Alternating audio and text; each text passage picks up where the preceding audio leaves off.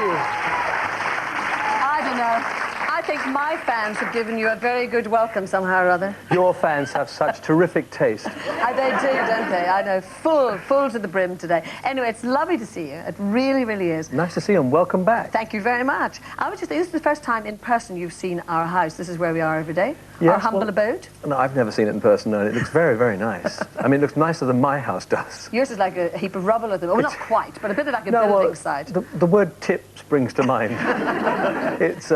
I'm having it redone right throughout, and I don't know whether it's the right decision to have made to actually do everything all at one time. Because usually what you do is one room, don't you? And then you wait a bit, then you do another room. By the time you get to the end, the first room looks really old and horrible, so you start again. So this time I'm doing the whole thing right through, but it means I'm living there with rubble and builder's dust, and it's... Would any of the fans have him to stay just for a week or two?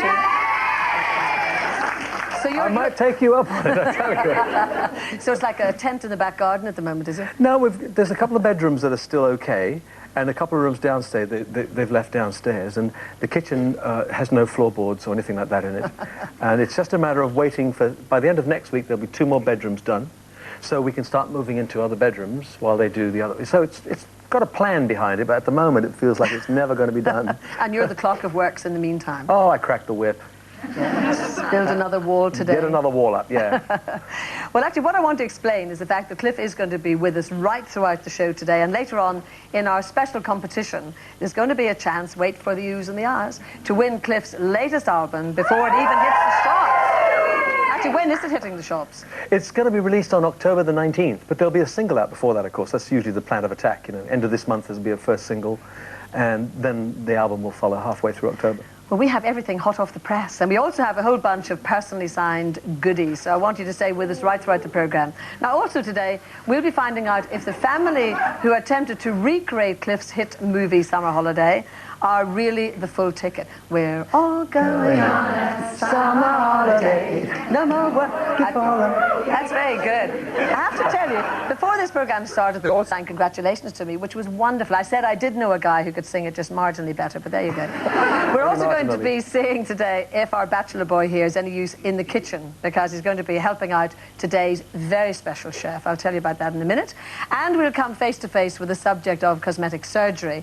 Now, with Cliff actually here on the show today, we love it, don't we? Yes. We love it. But we're going to give you the unique opportunity to talk to Cliff live on the programme today. So if you've got any question or questions that you're dying to ask, the number to ring is, as always, 0171 691 5000. So I want you to get dialing 0171 691 5000, as if I would have to tote for business on a day like today.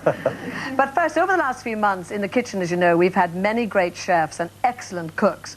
Everything is going to go downhill as from today, because our team, on my first day back, have decided that because Cliff has cooked me the odd sandwich or two on a number of occasions, it's my turn to sort of slip into the pinny and get my hands dirty. So do you want to come to the kitchen? Yes! Bert Bourguignon!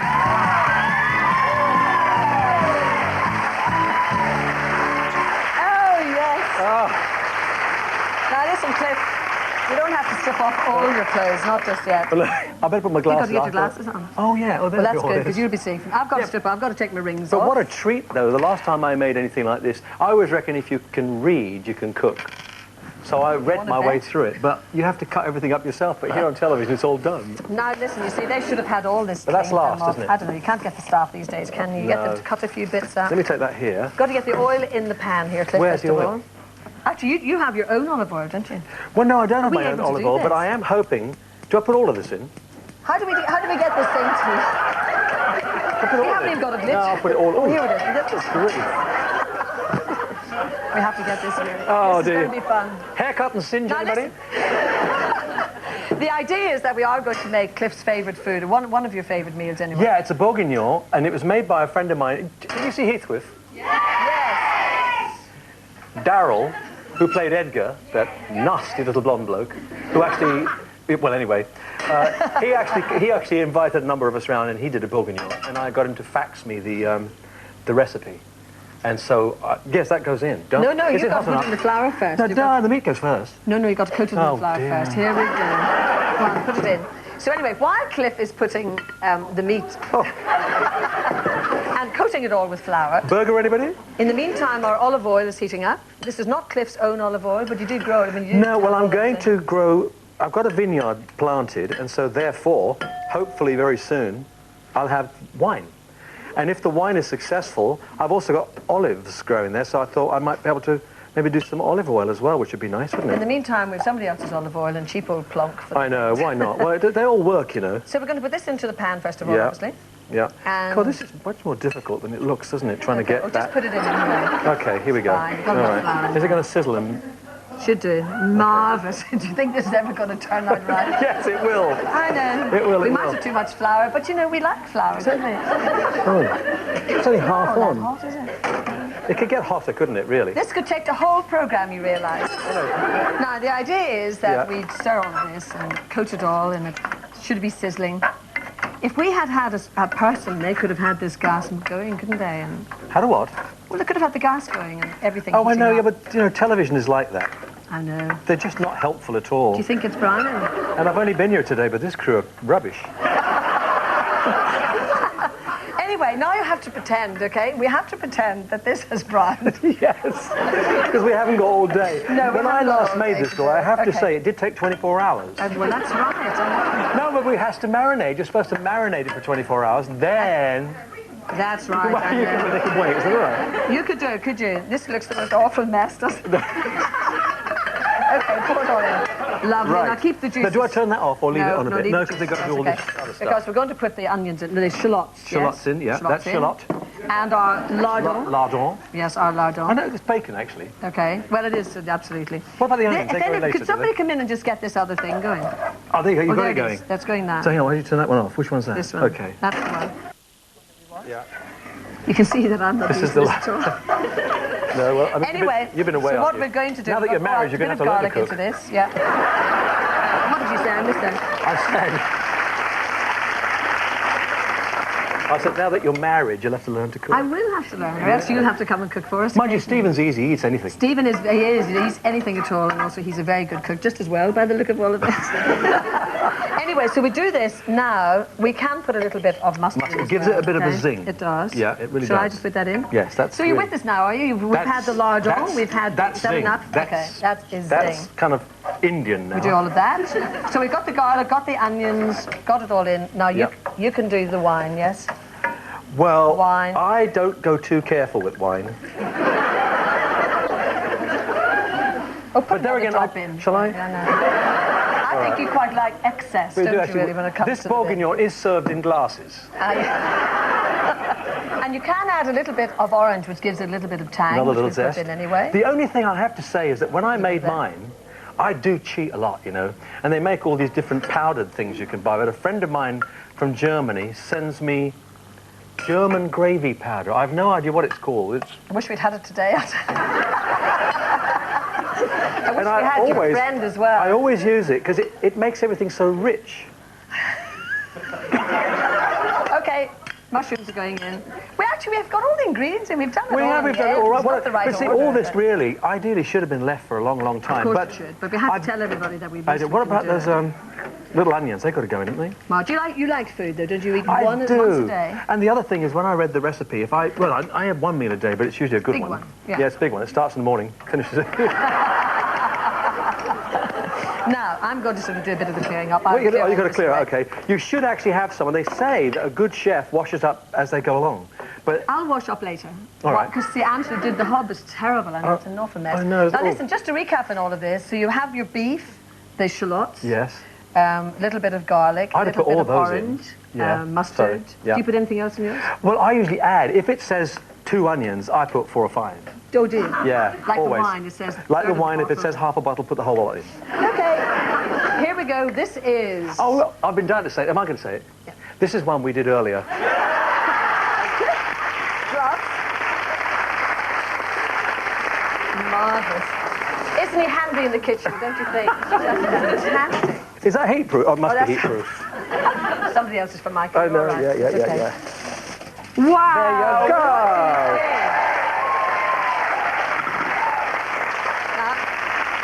working a bit. This is what I'm looking for. Okay. A little bit into the dough. Alrighty, here we go. You do that while Look at we'll that. be able Actually, to it turn this smells off. Now, fabulous. listen, we can feed 5,000 here at least this afternoon. Doesn't that look good? Looks fantastic. And served with pomme alamet. You're Is it- posh. I know. Well, it's chips, really. You can have a dip? Anyway, I think it's gorgeous, and we will feed the audience. Would you like some? Yes! Marvellous. Thank you You'll very never much. leave the building. What about a round of applause for the chef? Marvellous. Now listen, the thing is, Cliff and I have had this running gag for ages. When I was doing Radio 2 year after year, we used to say, when it comes to cosmetic surgery, and we love the idea. We do. We thought that we would go in together, sit side by side in the bed and sort of compare notes about what we had done.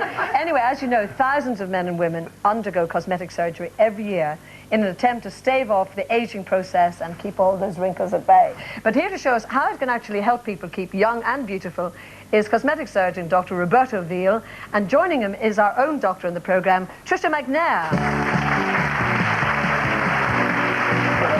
Have you met? Trisha, I think you're very brave. Foolish. I think the word is foolish. Because you've agreed to be our sort of guinea pig today in that sense. Yes. So, and Roberto has been analysing. Well, actually, you've been analysing, Trisha, but we've also done a computer readout. Let me just ask you, first of all, about cosmetic surgery and the attitude to it these days, because it's loosened a lot, hasn't it? Yeah, the attitude is improving a lot. More people, men and women, are approaching cosmetic surgery and becomes a subject of discussion when you go out at parties, because it's something that is in everyday life. So it's something like almost cooking. Everybody talks about that, and they want to be informed and to want to know. I hope you're better at your job than we are. Cooking, I mean. I think everyone just be talking about a cookie, not actually eating it. But I always think that, at least I assume, that one has to analyse, if you're a doctor, the reason why people want cosmetics. It's like purely vanity, or is it a more psychological thing? But basically, I may say that it's more psychological, because they want to improve the quality of life. And nowadays, medicine is improving the quality of life. And cosmetic surgery is one of the best aspects, because it's improving your look, then you can improve your inside, and you will have a better attitude towards other people. So you improve your quality of life. And that's what cosmetic surgery is, improving your quality of life through improving your look. I'll be absolutely honest, I'd love to have it done. Wouldn't you? Oh, so would I. Are you free? Yes. I've been worried about the pain, though. The thing that I'd really like to know is about the pain. I mean, is it just discomfort that you feel? I mean, let's take, I'd like to have all of this sort of pinned back, basically. I mean, what would you do? Cut around the ears or what? Yeah, the incisions for a facelift basically runs inside the ear, in the tragus here, then they run behind and in this region. So basically are not very visible because they're concealed.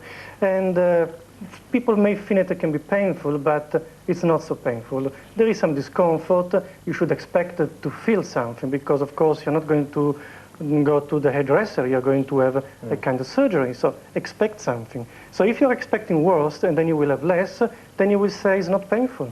So it's important to inform the patient exactly what should expect.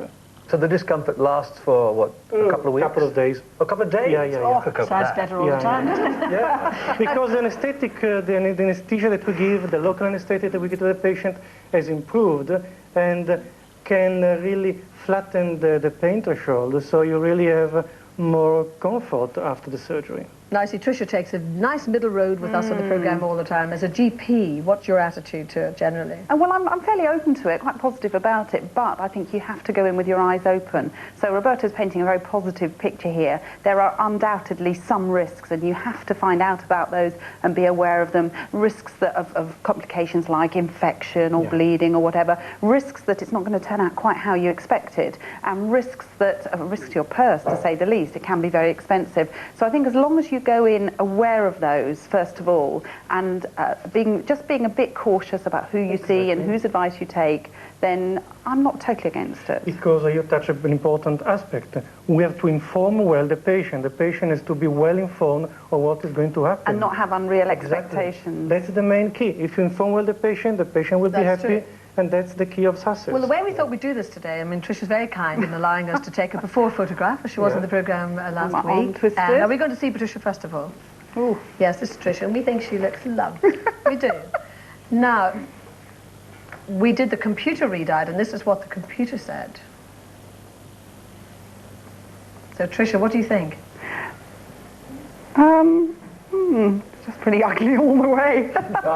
You what, sorry? Pretty ugly all the way. What did you think? No, it definitely was a little... Well, it's a bit, because it's a computer thing, it's a bit Yeah. unreal. In other Yeah. words, what they've done is removed all sign of anything, so that it's almost like, it's like when you have a photograph taken. I don't know how they do it with me. They remove everything in these photographs. I don't mean they rub it out afterwards, but by cunning lighting, they can make you look completely creaseless. It did Which is look... slightly unreal. It did look younger. I mean, I must admit, it definitely looked... Yeah. Its eye looked I younger. think you look younger. You just look smoothed out. Now, the thing about, I'm assuming that an actual operation, an actual facelift, So, Roberta, what would you do? Because you've obviously analysed Tricia. Yes, because analyzing Patricia's face, I can see that she's young and she doesn't need anything too aggressive. She needs something to refresh her skin, to refresh her look without being too aggressive. In fact, what I can see in her face that she may benefit, for example, are little things that will improve. And basically, may I touch your face? You may indeed. Basically, you see, to improve these lines here. And these lines can be improved. Yes, no, I with- have to admit, I could go along with that one. What, on collagen or something? No, also injecting botulinum, Botox, that will stretch the muscle and will stretch also the forehead. is that permanent? Yes, semi-permanent. It has to be repeated about 3 times, and then will improve the lines also the forehead. Yes, that's a good point. And a lot of these things aren't permanent, but yeah, carry Yeah. on. And then, The thing, sorry, go on. yes, then what I would like to do in her face, for example, is to remove the excess of the skin in the upper eyelid. And so the eye will look more open, will look more fresh, more rested. But isn't the reality, though, I guess, if you look at anybody's face, almost irrespective of age, you'll always find something. It's like I sort of thought I could get one of those brow things, you know, where you sort of lift the brow up a bit. But without changing expression. Pardon? Without changing your expression. I would be terrified that my face, you know, I'd like it to be younger. It's to than be it is. natural. The best result, in my point of view, Yes. is a natural result. But a lot of these things, there are other ways of achieving. I mean, just some good sleep actually would help and make you look a bit more refreshed. So if you want to have So with the baby. Exactly. About good sleep. I think things happen to us anyway as we get older. Our faces do fall off. I mean, I'm dreading the day when you wake up and it's lying beside you on the pillow. So there are things, and Yes. my friends say, "Oh, you can't have, you don't need anything done." I think, well, if I had a wart growing here with a big hair sticking out of it, I'd remove it. Yes. In the same way, if nature has allowed everything to drop, why not lift it up? Yeah, but you see, it's quite amazing, and you know, don't want to flatter you too much here because you might blush too much. But I mean, it is amazing that Cliff, for me, has hardly changed at all. So you by looking after your skin, because I know you take vitamins and put cream on and do all Oh, sorts of yeah, things. somebody from don't the you? BBC or It's television or important. anywhere recommends a formula, I buy a gallon. It's important to take care of your skin. They took care of your look. In fact, also in Tricia, in her case, for example, if we do a skin rejuvenation with a peel, like the Colexoderm, that is a non-surgical facelift, as a peel, we will rejuvenate her skin. And that's the main aspect in facial rejuvenation. So I It's think- not only pulling, it's also to refresh the skin. Yeah, I think we just have a very brief summing up here of exactly what you could have done, what it would cost. See a line reduction there that we were talking about, Patricia. Transplant, I think I've got to now. That was quite reasonable there, £200, wasn't it? Liposuction to neck. Well, I don't know. You will please note that I have not said to Roberta what he would do with either Cliff or myself. 'Cause, well, you'd be all right. I'd be here for the rest of the day. He'd be saying, well, we do this and we do I that. don't know, what's a fat transplant? Yes, exactly. Who want it transplanted? Yeah, because fat is one of the best filler material that we have, because it's your own fat, it's a part of your body, there is no risk of rejection. But of course, with fat, you build up little by little with a few injections of fat in about 6 or 7 weeks. You build up, for example, the structure of your face. We can give back the volume in the cheek area. We can fill up these lines. Well, on that note, we're going to leave it, but you've given us a lot of ideas, Roberta. Thank you very much, and particularly to Trish. Thank you for doing that. Now, after the break, the family whose holiday on the double-decker bus came to an abrupt stop, and I'll get Cliff onto the sofa again, but just for a chat. You do understand. Thank you. We'll see you right after this.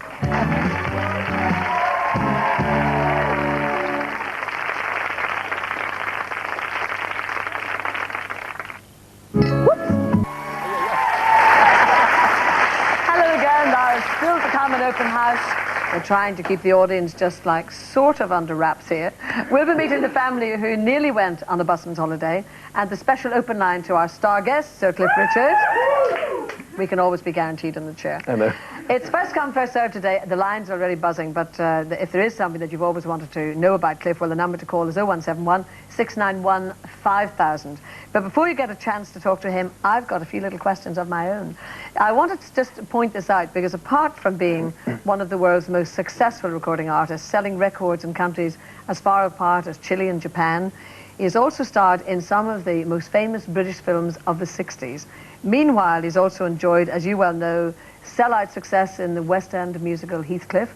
And this year, he celebrates his 40th anniversary in show business. And it's worth remembering that he had hit #1 spanning 5 decades. And it appears that the Peter Pan of pop is very much in flight.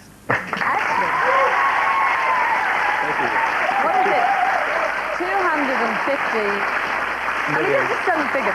250 million records sales. Yes, over 40 years, of course. That's a lot. It wasn't just last week. I know it's a lot, yes. But also, with 5 decades, I mean, very few people have had #1 hits in 5 decades. No, in a way, it's a slightly fake statistic. It's true, though, because my first #1 was in 1959, so I made the 50s. Then I had #1s in the 60s, 70s, 80s. And then I think 90 or 91, Saviour's Day was #1. So I crept in at the end of the 50s and right at the beginning of the 90s.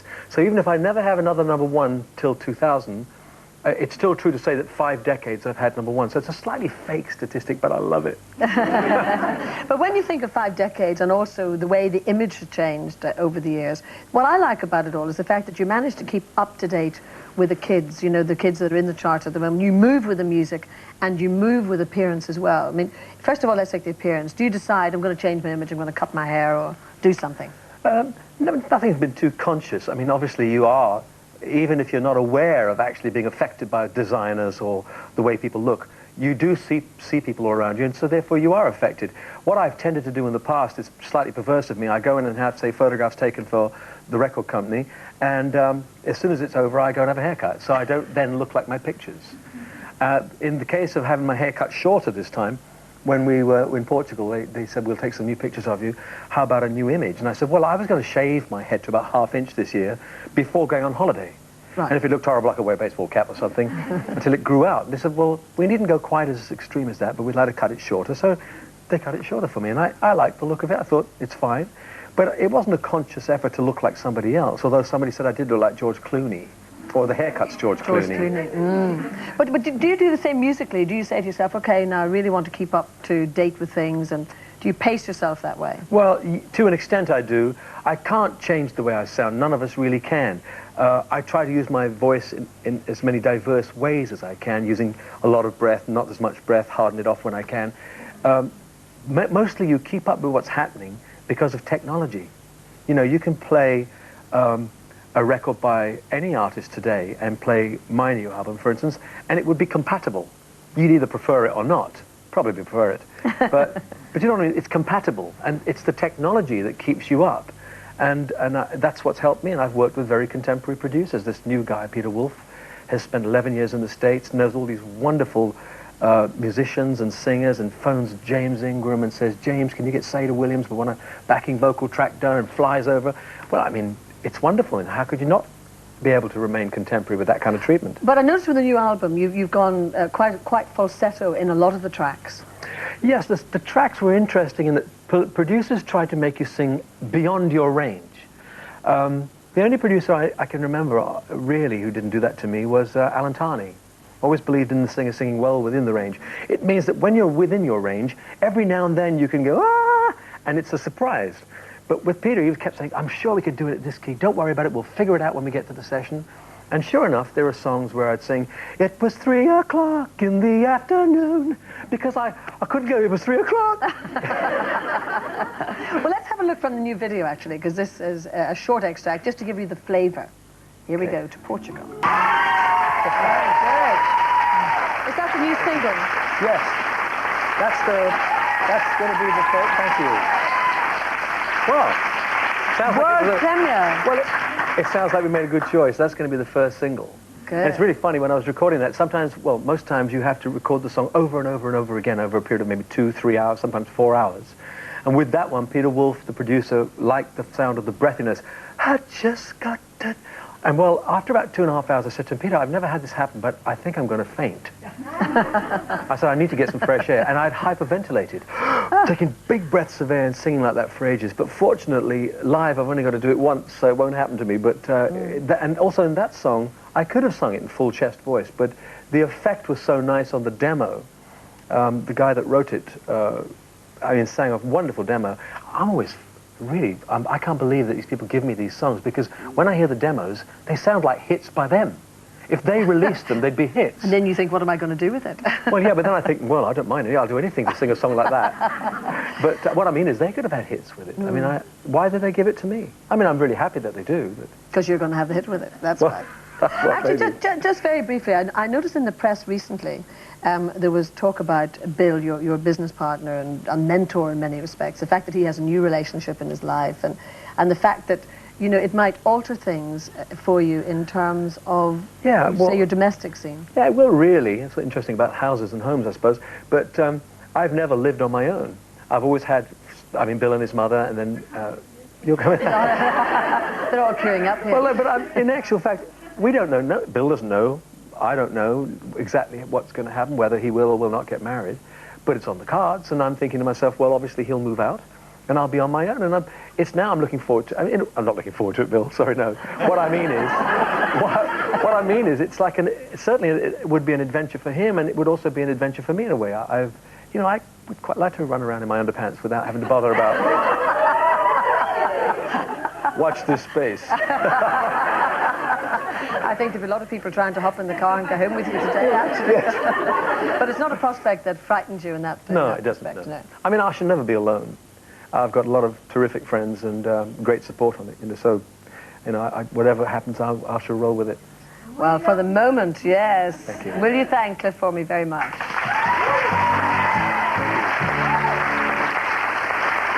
Well, now it's time for the quite incredible story of the Bullen family, who, inspired by Cliff's film Summer Holiday, decided that a tour of Europe in a double-decker bus would be just the ticket. But going to where the sun shines brightly was not an easy route. To find out why, let's get on board with the Bullens. Do you want to come with me, Cliff? Let's go there. Hi, how are you? Nice to see you all. Very nice to see you indeed. And maybe introduce me to the children very quickly. This is Gabriella, Nicholas, and Natasha. And we've got Bill and Christina. So thank you very much for coming. Now, very, very briefly, just go back on this story about why a double-decker bus. Well, it just seemed like a really good idea. When the film first came out, I guess it had a big impact. I think I first saw it back in the 70s. And it's just been a super idea. And Christina, was it a super idea to you to convert this bus and go on holiday in it? Well, the bus was actually already converted. At first, the idea seemed pretty ridiculous. I thought it'd be a better idea to put the money into buying somewhere to live. But Bill has always had this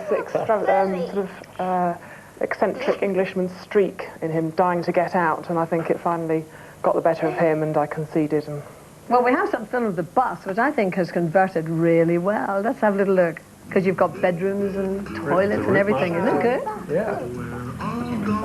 So this is obviously your living space. And so this converts what into 2 single beds and a double? Yeah. Kitchen, toilet. This is all on the bottom deck. Deep bed. What do you think, Cliff? It's pretty good. Well, I think it looks fantastic, actually. The one we used for the film, of course, was a total fake. I mean, they did it wonderfully, but nothing was really practical. All that cooking stuff, the hob and all, worked, did it? Yeah. yes, I mean, it's amazing that they can do that. Trouble is, there is an end to this story, What? and I don't know which is going to tell it. Because you were heading off on your holiday, you're going to have this wonderful time abroad, and Christina... and then just outside Portsmouth, the bus broke down. We weren't actually with Bill at the time because we were following by car, because the idea was that we'd leave the bus in northern Spain, and then I would travel back with the children and my sister by car, and Bill was going to come home earlier by train. But the engine blew up just outside. The engine blew up. Awful. So you didn't even get to the boat. No, we didn't. It was about a mile short of Portsmouth that the engine blew up. So you didn't get it repaired at all? You didn't actually have the holiday on the bus? No, not yet. It's being repaired at the moment. So yeah, what an awful end to the story. How did you feel after all this effort and planning and going on the bus? Well, I think I was really disappointed. I was disappointed more for the children than anything, because they were really looking forward to it. And Nicholas here keeps going on about Nicholas, it. did you drive the bus, Nicholas? No. Were you kids disappointed then? No. Bad. But you had your holiday anyway with Mum. You weren't disappointed. We had started changing the words to the song. We're not going on a summer holiday. No more work. Lots of working. You've got any present though just to give? Oh, I have. Children. Look, just to remember your holiday that you didn't have. Oh, lovely. I signed it on the top, right? Here it comes. A signed bus. Ding ding. There you go. And will you take the bus out again and attempt it once more? Yeah, we're going to take it out and probably next Easter. Okay. Well, we wish you the best of luck for the next time. Thank you all very much for coming in. Well, the idea was very good, and let's hope that the Bullens make it next time around. Now, after the break, we get wired for sound when Cliff not only takes your telephone calls, but also gives us an exclusive performance from his brand new album. And also all those fab prizes are up for grabs in our special competition, so we'll see you very soon.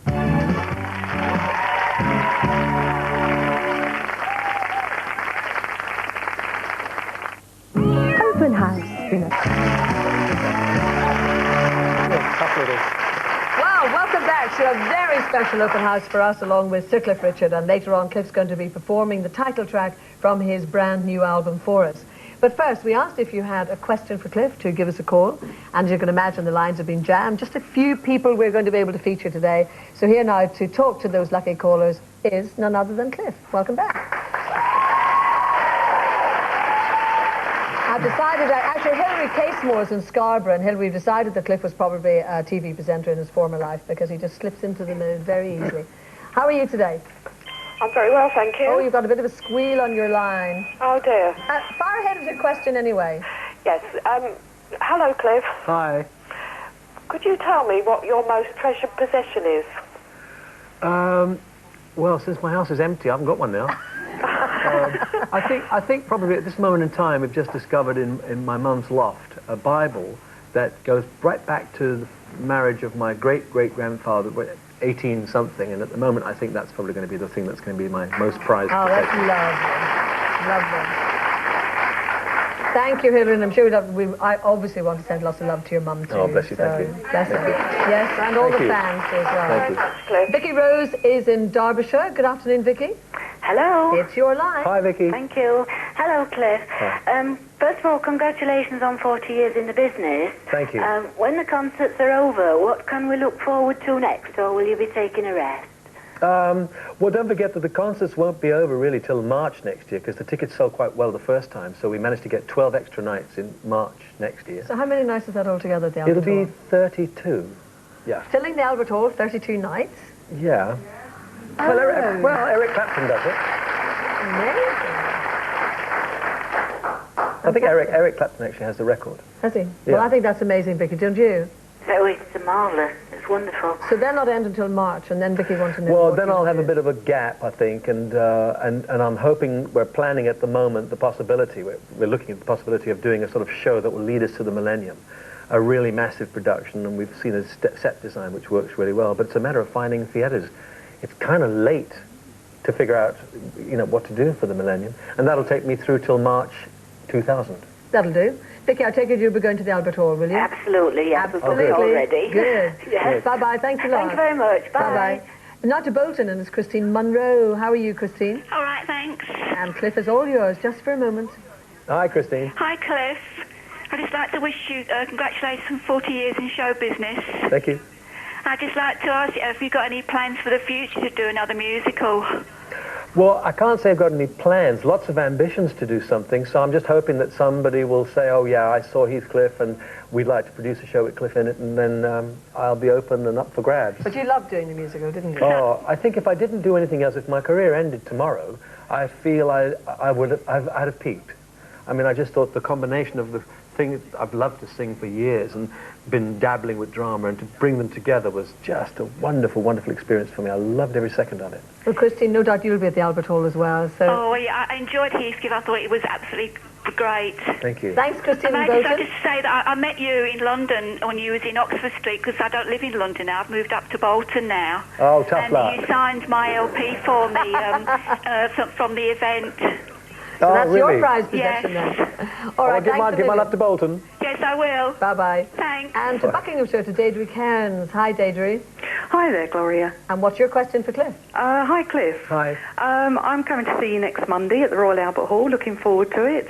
And I met you at Heathcliff. I had a shirt on that you thought was yours, but it wasn't. Oh. It was a musical one. Oh, this is an interesting call. But what I wanted to ask you was, who taught you to sing?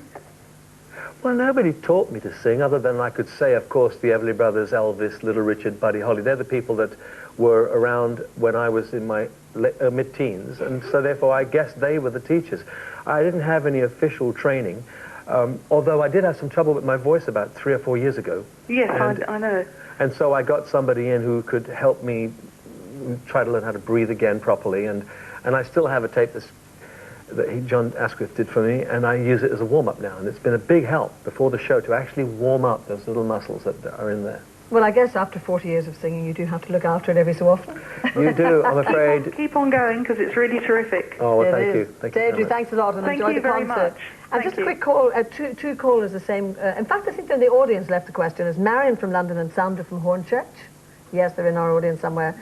And they say that you've done lots of duets, but is there anyone else you admire in particular that you'd like to sing with? Oh, that's a really difficult one to answer, because there's so many people. You hear a record like by Celine Dion, or you hear, I love the combination of Celine and the Bee Gees, and now both of those people would be rather nice to record with. And there's my favorite people like Bonnie Raitt, who's one of the best slide guitarists, but a terrific singer. Yeah, she's got a real rough voice at Oh, times, yeah, doesn't wonderful. she? Boz Scaggs, I mean, he's somebody that we should hear on the radio here, but there are some of the, Radio 2 certainly plays it. But I'd like to hear more of him, and I'd love to make a record with him. Excellent. Well, thank you for those calls, and as I promised earlier, we are now going to give 3 people the chance of winning an exclusive set of Cliff Richard goodies. Now, we have, first of all, a box set of his rock and roll years albums. The years from, let's just read it, 58 to 63. It's a great set, isn't it? Well, I mean, I think it is. It's a very nice package. But it is for the diehards. I mean, I'm sure if you're not really interested in what I've done in the years, you're not going to want it, really. We also have a special promotional copy. I do stress it's promotional copy, not on sale in the shops yet. This is of the brand new album. And as I say, you can't buy it in the shops, but you can get it in open house. And we have a personally signed photograph, and we have the promotional copy of the new single as well. Lots of goodies. So all you have to do is to answer this very difficult question correctly. Now, at which major sporting event did Cliff sing to entertain the crowd during a downpour? Was it A, the World Cup of 1966? Was it B, Wimbledon of 96? Or was it C, Euro of 96? And if you know the answer, no audience, please contain yourselves. No help, please. If you know the answer, the number to ring is 0891 555 360. That's 0891 555 360. The calls cost a maximum, by the way, of 25p, and if you're under 16, ask permission if you don't pay the phone bill. Now, here's the point. I want to tell you the winners will be selected at random from people with the right answer, and the lines are open until midnight tomorrow, and the 3 winners will be announced on Wednesday, so make sure you're with us. This is the magic moment. We've all been waiting for it here in the house, because it's time to hear the voice that has sold over 250 million records. Here now with the title track from his latest album. Who else could it be? It is Cliff Richard and Real As I Want to Be.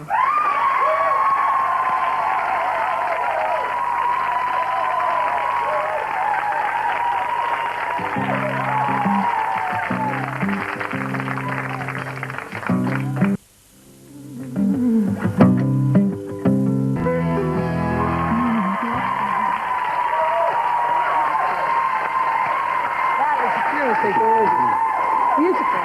Thank you. Good record. Thank you. Is it going to be a number 1? Yes!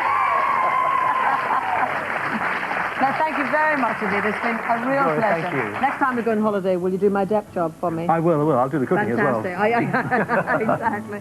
Thank you very much indeed for being with us today. Tomorrow, Brian Blessed is on the programme. We'll see you at 2:30. In the meantime, thanks for your company today. Have a wonderful afternoon. And thanks, of course, to Sir Cliff Richard.